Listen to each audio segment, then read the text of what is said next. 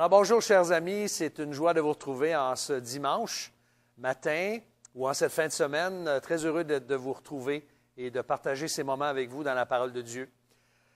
Je ne sais pas si vous êtes comme moi, mais il peut vous arriver ou il peut nous arriver que lorsque nous regardons la situation de quelqu'un qui a un emploi ou une responsabilité que nous trouvons difficile,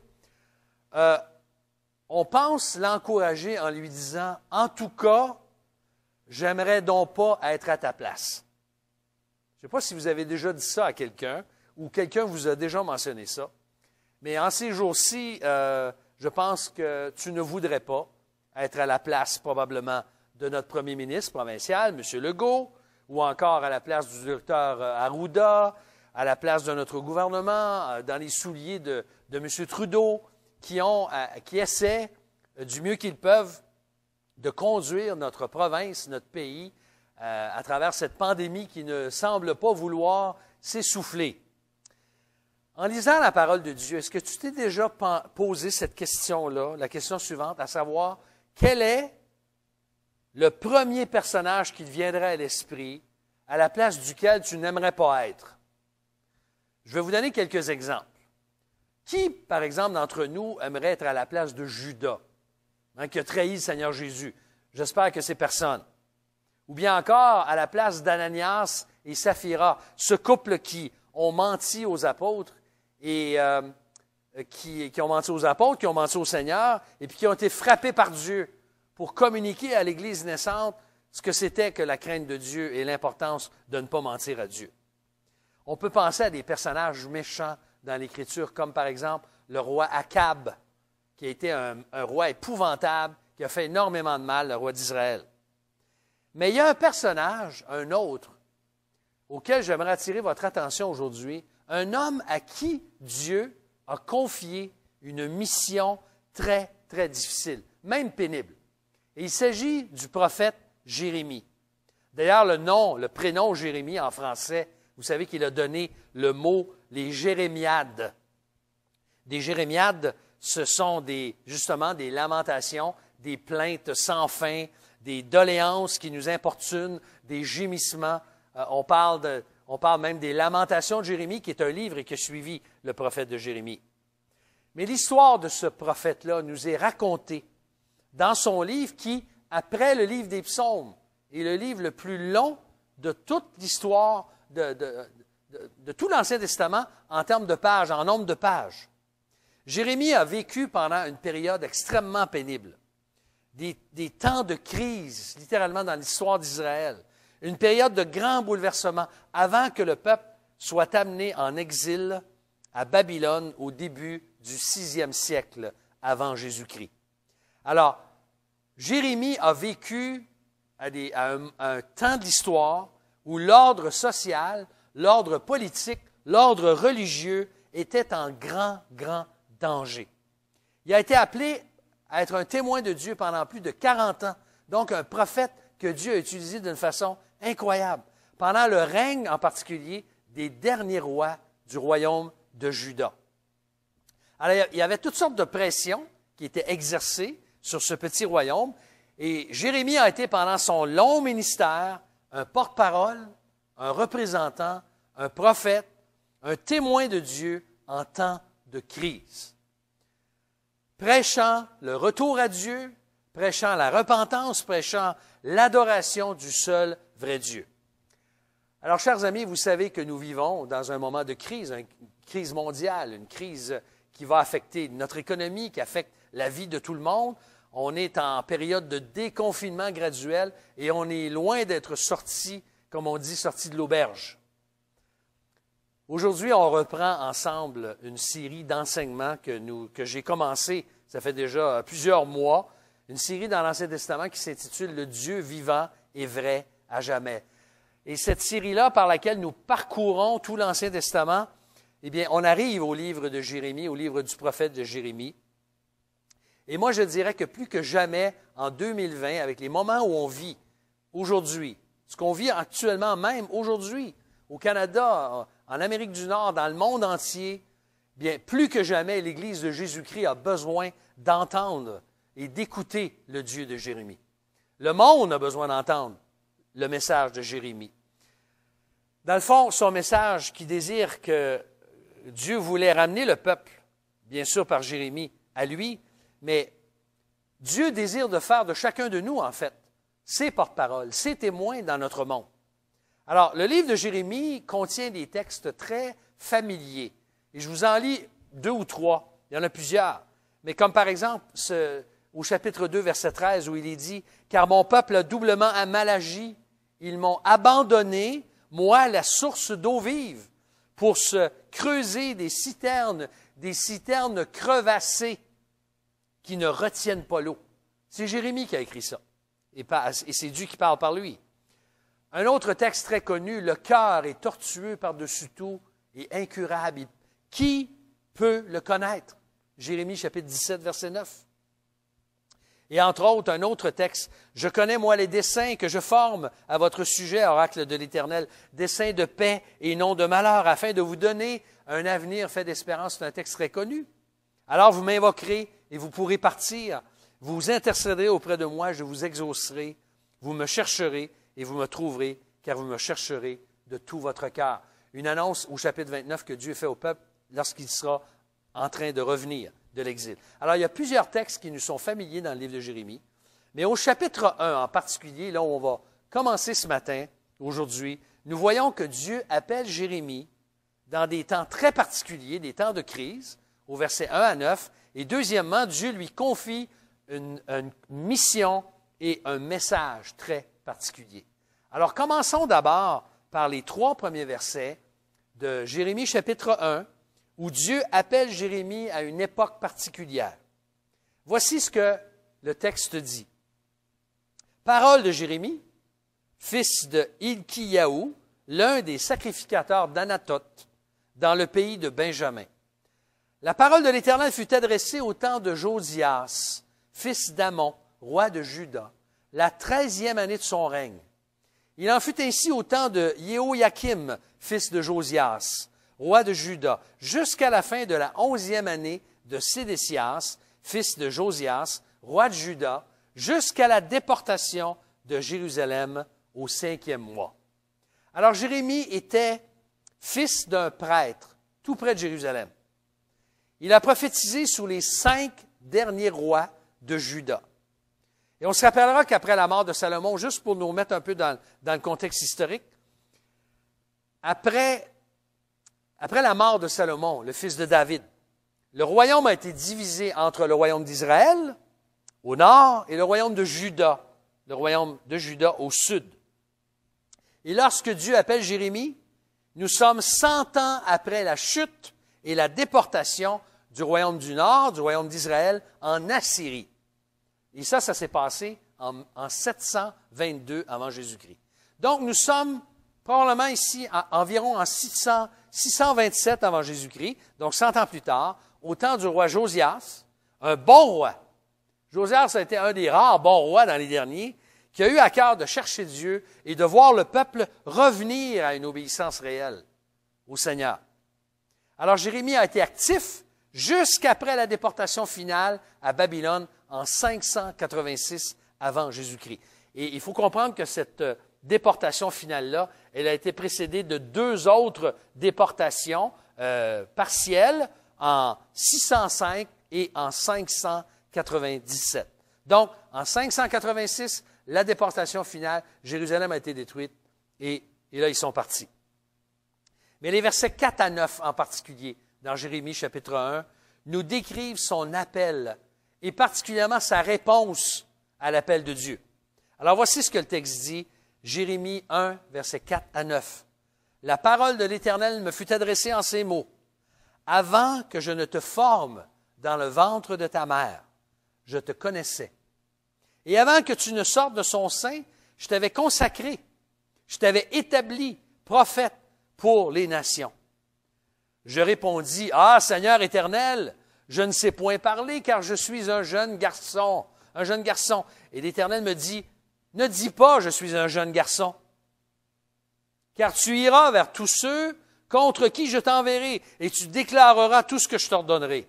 Ne les crains pas, car je suis avec toi pour te délivrer, oracle de l'Éternel. Puis l'Éternel étendit la main et toucha ma bouche, et l'Éternel me dit, voici que je mets mes paroles dans ta bouche. Donc, avant même que Jérémie ne commence son ministère, Dieu l'avait préparé bien à l'avance. Il a préparé le travail pour celui qu'il allait appeler. Et c'est la même chose avec nous. Avant même que Dieu nous appelle, Dieu nous équipe, il commence à travailler dans nos vies. Il commence à nous équiper, à nous donner les ressources. Et notez les 4 verbes. Notons bien les 4 verbes que Dieu utilise dans ces versets 4 à 9. Le verbe formé, je t'ai connu, le verbe connaître, consacré et établi. Dieu, le Créateur et l'auteur de la vie, l'avait choisi avant même qu'il soit conçu par ses parents. C'est incroyable de penser à ça. C'est lui qui l'avait consacré. C'est lui qui l'avait mis à part comme prophète pour les nations. Vous savez, bien souvent, dans les moments de découragement, lorsqu'on sert le Seigneur, peu importe dans quel domaine on le sert, peu importe que ce soit visible ou non, que ce soit connu, que ce soit public ou non, peu importe. Il est toujours important de nous rappeler que dans notre service pour Dieu, c'est Dieu qui nous a appelés à le servir. Et ceci, peu importe le titre que nous avons. Parce qu'au lieu de te dire, moi, je ne suis pas important, je n'ai pas de titre, je n'ai pas vraiment un don particulier, je ne parle pas en public, je n'ai pas l'occasion d'être connu, c'est secondaire dans le fond. Parce que quand tu sers le Seigneur, c'est lui que tu sers. Et Jérémie aura plusieurs occasions pendant son ministère, éprouvant de s'appuyer sur la réalité de son appel. Il a dû se rappeler que c'est Dieu qui l'avait appelé dès son jeune âge, avant même qu'il soit conçu. Je dois vous dire que même dans les moments de découragement que j'ai vécu à travers mon ministère moi-même, j'ai dû moi aussi m'appuyer bien des fois sur le fait que c'est Dieu qui m'avait appelé, sur l'appel de Dieu dans ma vie pour mon ministère.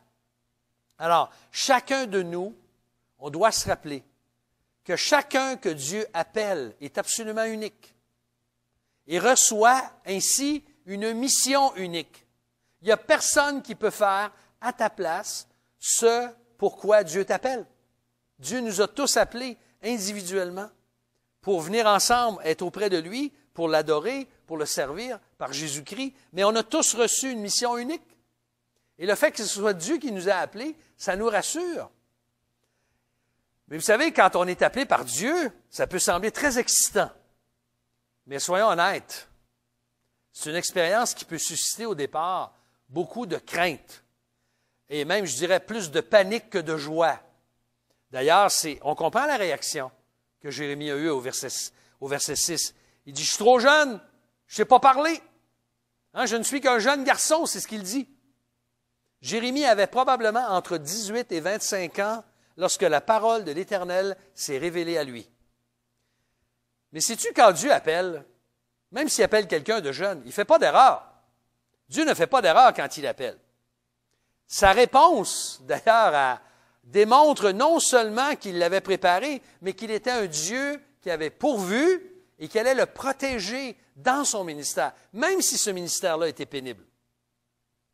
Il va lui accorder ce dont son serviteur a besoin, dont il aura besoin. Et en particulier 2 choses. Il va lui donner la parole et il va lui donner la protection. Il lui dit, je vais mettre les paroles dans ta bouche. C'est moi qui touche ta bouche et qui va te permettre de parler. Vous savez que Dieu est parfaitement capable d'équiper un jeune comme un moins jeune. Que tu aies 18, 20, 25 ans ou que tu en aies 75, Dieu peut t'appeler à le servir dans différents ministères, différentes occasions de service, et Dieu est capable de t'équiper pour le faire. Vous savez, le langage ça nous rappelle étrangement un autre personnage. Je pense à Moïse, par exemple. Vous vous rappelez quand Dieu a appelé Moïse? Qu'est-ce qu'a fait Moïse? Il a contesté tout de suite. Avec le même genre d'excuse, je ne suis pas capable de parler, je bégayais. Et puis Dieu lui dit, je vais te donner Aaron. Puis, mais là, il envoie quelqu'un d'autre, je ne peux pas, je ne serai pas capable. Et pourtant, Dieu a fait des choses extraordinaires par Moïse. Et c'est la même chose pour Jérémie. Jérémie allait devenir le porte-parole de Dieu. Et quand Dieu ajoute, d'ailleurs, dans les versets qui suivent, « Ne les crains pas ». Alors, quand Dieu ajoute, ne les crains pas. C'est une parole qu'il a répétée à plusieurs de ses serviteurs, tels que Moïse, bien sûr, on en a parlé, Josué, Abraham, Marie, la mère de Jésus, Paul, l'apôtre Paul et plusieurs autres. Donc, ces 9 premiers versets dans Jérémie, chapitre 1, représentent donc l'époque et l'appel de Jérémie. Notre Dieu prépare, notre Dieu pourvoit lorsqu'il appelle. Nous n'avons rien à craindre. Il va nous accompagner.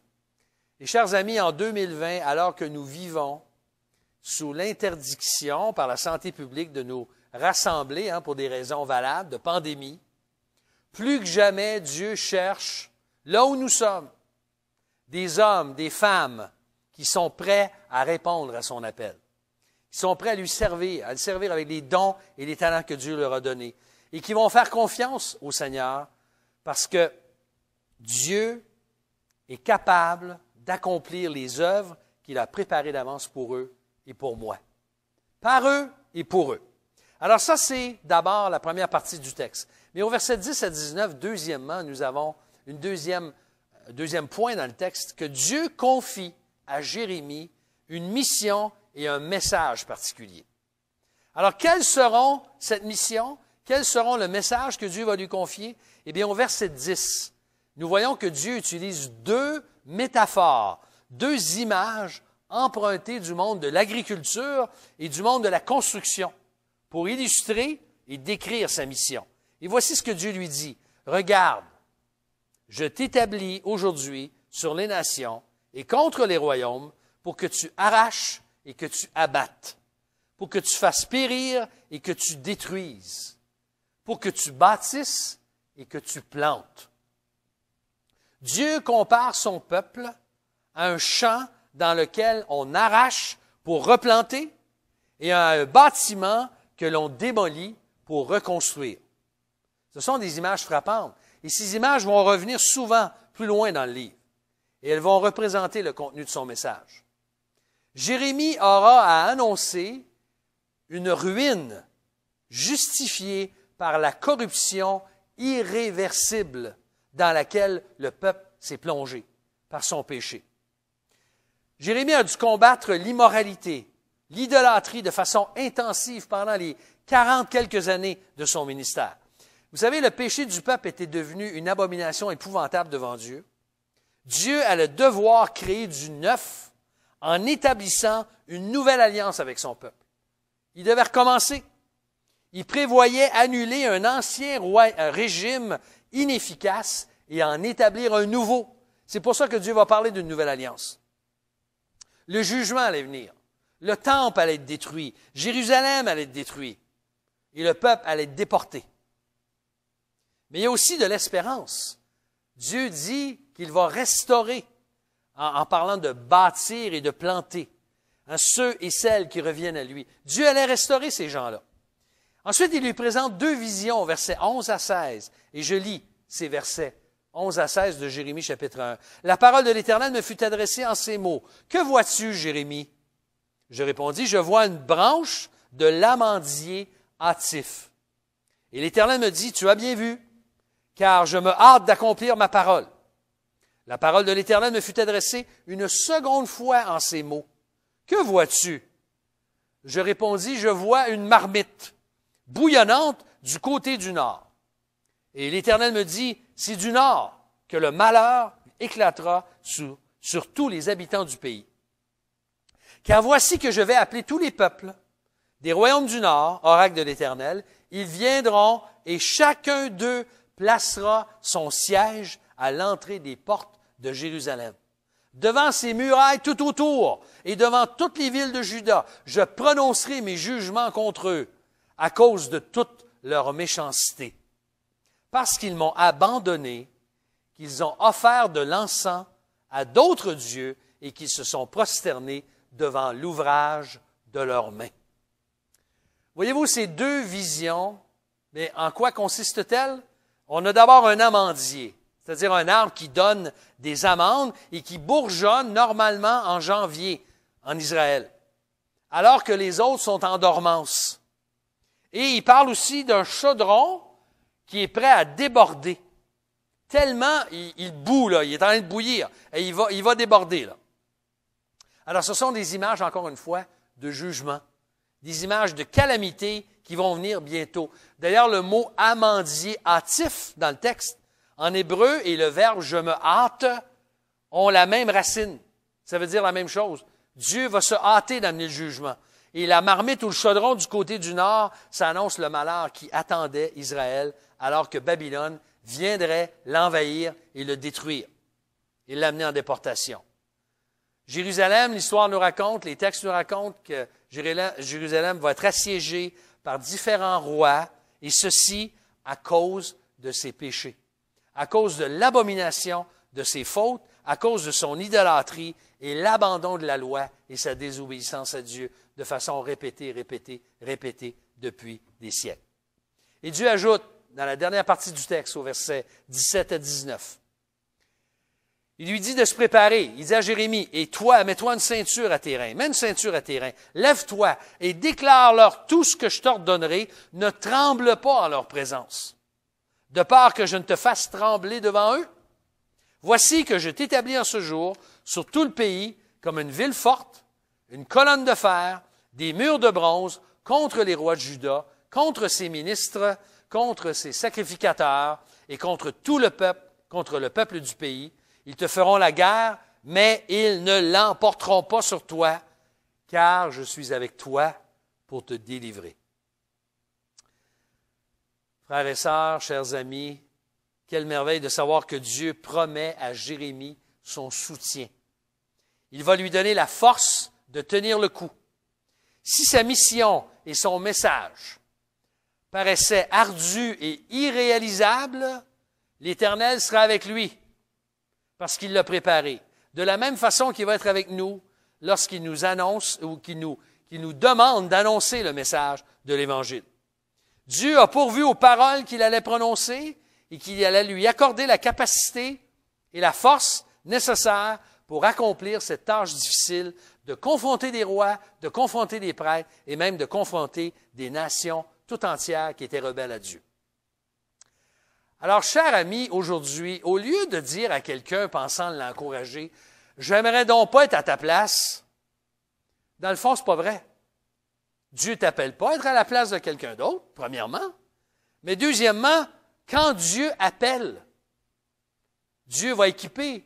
Donc, tu n'as pas à te casser la tête si tu devrais être à la place de quelqu'un d'autre. Dieu va lui accorder la grâce et la force et la miséricorde et tout ce dont il a besoin pour accomplir son œuvre.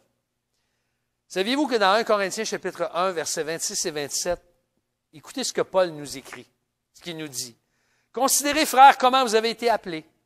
Il n'y a parmi vous ni beaucoup de sages selon la chair, ni beaucoup de puissants, ni beaucoup de nobles. Mais Dieu a choisi, quoi? Les choses folles du monde, pour confondre les sages. Dieu a choisi les choses faibles du monde pour confondre les fortes. Alors, tu n'as pas besoin aujourd'hui d'être une personne reconnue publiquement, importante aux yeux de Dieu pour être un témoin en temps de crise. Dieu t'appelle tel que tu es. Tu n'as pas besoin d'avoir un titre d'influenceur à l'Internet pour avoir un impact incroyable sur notre monde. Il te suffit de mettre ce que le Seigneur t'a donné à sa disposition. Il te suffit de te confier en ce Dieu qui prépare, qui pourvoit, dont les ressources sont inépuisables et qui est capable d'arranger les circonstances pour que ton œuvre, ton ministère, ton service soit fructueux pour lui. Dieu nous a tous donné, à chacun d'entre nous, la mission de briller pour lui, de faire connaître l'Évangile, d'être une lumière. Et Dieu saura mettre dans notre bouche les paroles pour toucher le cœur de ceux et celles qui ne le connaissent pas encore. Je n'ai pas besoin de vous convaincre que notre monde, qui veut être tolérant envers toutes sortes de valeurs destructrices, est un monde qui rejette ouvertement Jésus-Christ et son message de réconciliation. Mais ça ne change pas le fait qu'il a besoin de l'entendre. Et Dieu nous appelle tous à être un témoin. Alors Dieu nous donne l'occasion aujourd'hui de réfléchir à notre consécration à lui. Il nous demande, est-ce que tu es prêt à me servir avec ce que je t'ai donné? Es-tu prêt à répondre à mon appel? Est-ce que tu es vraiment prêt à répondre à mon appel? Alors ma prière, c'est que chacun d'entre nous, on puisse répondre et être un témoin de Dieu en temps de crise. Nous allons prier ensemble. Courbons-nous devant Dieu. Seigneur, merci pour le fait que tu nous donnes cet exemple fabuleux dans l'Écriture d'un homme que tu as appelé à te servir en temps de crise, Jérémie. Seigneur, nous ne serons peut-être jamais appelés à être des Jérémies. Nous ne serons peut-être pas appelés à avoir une mission pendant 40 ans comme lui a eu envers des rois et des nations. Mais Seigneur, tu nous as placés aujourd'hui, en 2020, là où nous sommes, dans nos circonstances, dans notre travail, dans notre famille, dans notre voisinage, dans notre société, et tu nous appelles maintenant à mettre à ton service ce que tu nous as confié. Alors Seigneur, nous voulons te dire aujourd'hui, Seigneur, prends-moi. Prends-moi. Je veux mettre à ton service mes dons, mes talents, mon énergie pour ta gloire. Et Seigneur, s'il y a quelqu'un parmi nous qui n'a pas encore la joie de te connaître, qui n'a pas connu la réconciliation avec Dieu par Jésus-Christ, et qu'aujourd'hui soit pour lui ou pour elle un jour de salut, afin qu'il puisse t'abandonner les armes et dire, Seigneur Jésus, prends ma vie, sauve-moi, pardonne-moi mes fautes, je veux mettre ma vie et le restant de ma vie à ton service. C'est notre prière, notre Dieu, au nom précieux du Seigneur Jésus. Amen. Si le Seigneur nous a appelés, et puisqu'il nous appelle à être à son service, il y a un chant qui je pense, nous rappelle l'importance d'être une lumière, de faire connaître ce message extraordinaire, de chercher sa face, de célébrer sa gloire, de chanter sa victoire, que Jésus-Christ est vainqueur. Et c'est le chant « Règne en moi, libre de nos chaînes ». Je vous invite à le chanter avec moi. Libre de nos chaînes, nous marchons vers toi. Ta main souveraine affermit nos pas, armés de lumière, couronnés d'éclat. Soyons sur la terre, messagers de joie. Alléluia,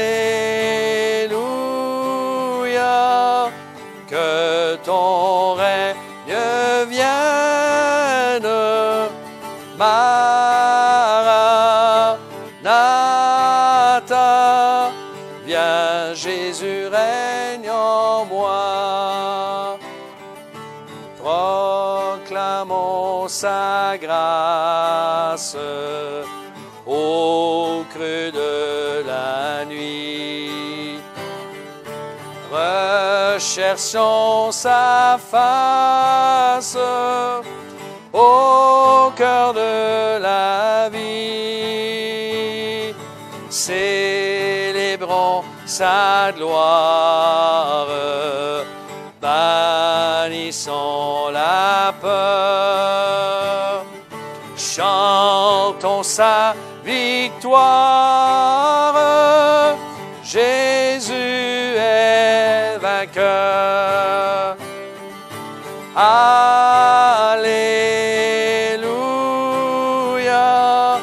que ton règne vienne. Maranatha, viens Jésus, règne en moi. Alléluia, que ton règne vienne. Maranatha, viens Jésus, règne en moi. Eh bien, que ce soit notre prière, notre désir, viens Jésus, règne en moi. Je vous souhaite une excellente fin de journée, que Dieu vous garde, bonne semaine et à très bientôt pour la suite, la semaine prochaine dans Jérémie.